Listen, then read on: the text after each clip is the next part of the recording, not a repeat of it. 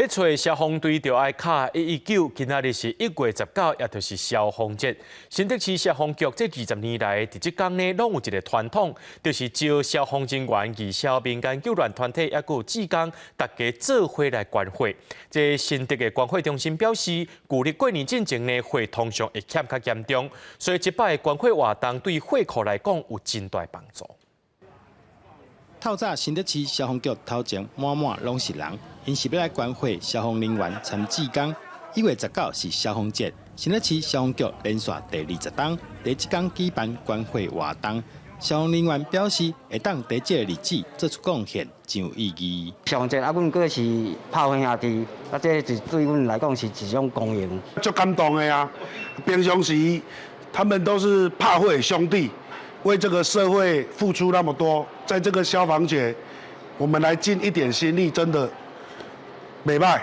在这个特别日子里，我们消防局已经连续20年都举办捐血活动。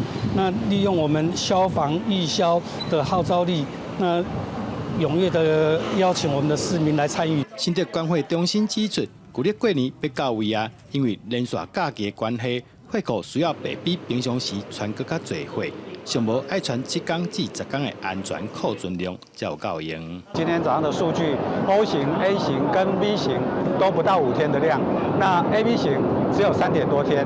好，这当然在我们理想的一个库存，希望能够拉到10天这样的一个数字上面，的确是有一个相当大的差距。